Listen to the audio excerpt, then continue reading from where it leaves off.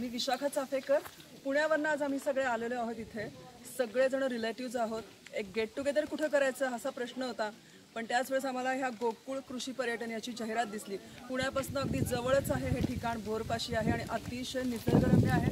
बॅकवॉटरचा एक सुंदर व्ह्यू आहे तिथे आणि खरोखरच म्हणजे आल्यापासून जे स्वागत जे केलेलं आहे इथे, गावठी गुलाब जो आपल्याला कुठेही बघायला मिळत नाही, त्या गुलाबाने सगळ्यांचं स्वागत करण्यात आलेलं आहे. क्या बात आहे. म्हणजे तिथपासूनच एक मन भरलं अगदी अक्षरशः. स्वागत. हो, सुगंधित, अतिशय सुगंधित स्वागत झालं. आणि पुढे गेल्यावरती सुद्धा सुंदर मिसळ, झणझणीत मिसळ होती आणि त्याचा नाश्ता होता. आणि त्याच्या पुढे गेल्यावरती तर विचारायला नको एवढे सुंदर सुंदर गेम की जे आपण आता शहरी संस्कृतीमध्ये विसरलेलो आहोत.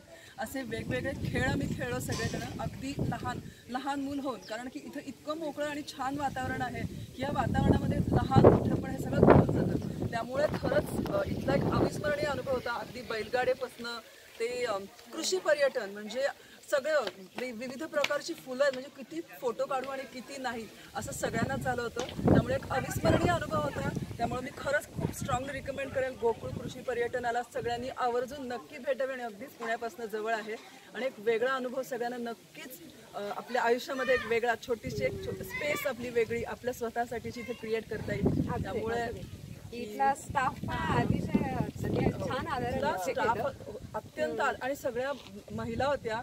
सुंदर मऊ लुसलुशीत अशी पुरणाची पोळी होती. अतिशय सुंदर अगत्य आहे आणि इथं लिहिलेलंच आहे अतिथी देवो भव. तर खरोखर त्याचं पालन हे सगळेजण करतात. त्यामुळे मी खरंच स्ट्रॉंगली रिकमेंड करेन सगळ्यांना की नक्की गोकुळ कृषी पर्यटनाला सगळ्यांनी भेट द्यावी. थँक्यू.